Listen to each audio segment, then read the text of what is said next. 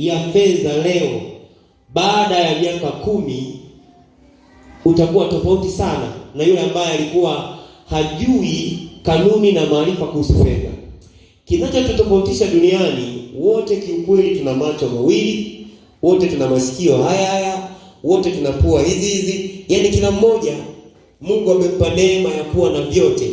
Swala ni moja, kinachotofautisha ni kiwango cha maarifa ulicho nacho kuhusu masuala ya fedha.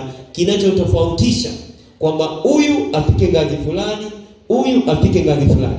Kufeli kwenye eneo la fedha, kufeli kwenye eneo la maarifa ni kujifelisha na kujichelewesha zaidi. Wengi, ili tuweze kurahisisha mambo yetu, ni lazima tutafute kujua maarifa. Mwambie jirani yako, tafuta maarifa sana. Mwambie tena, tafuta maarifa sana. Okay, twende kwenye kitabu cha Wafalme. Tusome kitabu cha Wafalme pale. Moja, nifungulie kitabu cha Wafalme tuweze kujifunza mambo kadhaa pale. Wafalme wa pili sura ya 4. Mstari wa kwanza. Nitasoma kama ilivyoandikwa. Amen. Wafalme wa pili sura ya 4 mstari wa kwanza. Basi mwanamke mmoja miongoni mwa wake za wana wa manabii. Miongoni mwa wake wakina nani jamani? Wa wana wa manabii. Wana wa manabii. Ndio. Alimlilia Elisha. Akasemaje? Akasema, mtumishi wako mume wangu amekufa. Nawe unajua ya kuwa mtumishi wako alikuwa mcha Bwana. Ndio.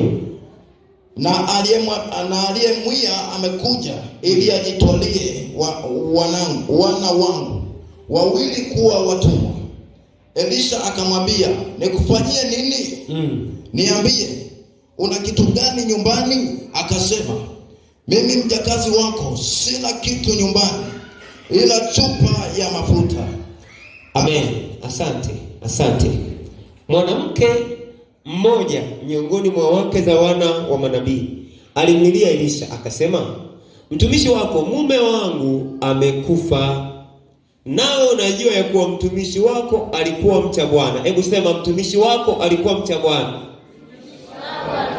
Sema tena, mtumishi wako alikuwa mcha Bwana. Alikuwa mcha Bwana. Mwambie, hebu sema, alikuwa kama wewe unavyomcha Bwana. Alikuwa kama wewe. Sasa angalia pale mbele kilicho cha ajabu kilichokuwa kinatokea. Anasema, na aliyemwia amekuja ili ajitwalie wana. Yaani mume wangu baada ya kufa alikuwa anadaiwa. Pamoja na kwamba alikuwa ni mtumishi wa Mungu, mcha Mungu sana, lakini alikuwa anadaiwa kwa amekufa na nini jamani? Na madeni. Huyo mcha Bwana huyo. Sasa kinachotokea, yule aliyekuwa anamdai yule mtu aliyekufa, Biblia inasema mwanamke huyo analalamika kwamba amekuja ajichukulie watoto wangu wawili akawafanye kuwa ni watumwa. Kwa nini? Kwa sababu kuna uwezekano mkubwa sana huyu mcha Bwana, tafsiri yake pale nje kulikuwa hamna hata kang'ombe kamoja, kulikuwa hamna hata kamifugo kwamba yule anayedai deni achukue, kulikuwa hamna pengine hata viwanja na mashamba. Kilichokuwa kinatokea, yule mtu alichoona pale cha kuuza, pengine hata nyumba ikuwepo ilikuwa ya ovyo. Kwa yule anayedai hakutaka vyote hivyo, akasema basi nachukua hawa watoto. Tafsiri yake, huyu mcha Mungu alikuwa ni mtu ambaye kuna uwezekano, kuna dalili za umaskini mwingi ulikuwa unamkumba, pamoja na kwamba ni mmoja wa wana wa manabii. Watu wa Mungu, tusipotafuta maarifa kiukweli, pamoja na kunena kwa lugha, pamoja na kumwabudu Mungu, pamoja na kufanya vitu vingi vya Mungu, tutajikuta tunabaki viwango vya chini muda wote.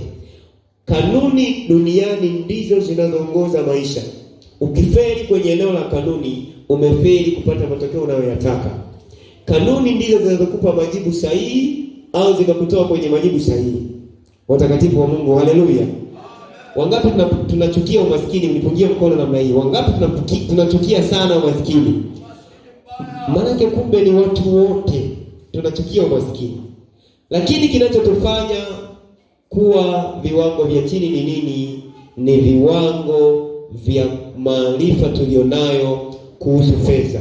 Sasa naomba nikutajie baadhi ya kanuni kadhaa zinazotawala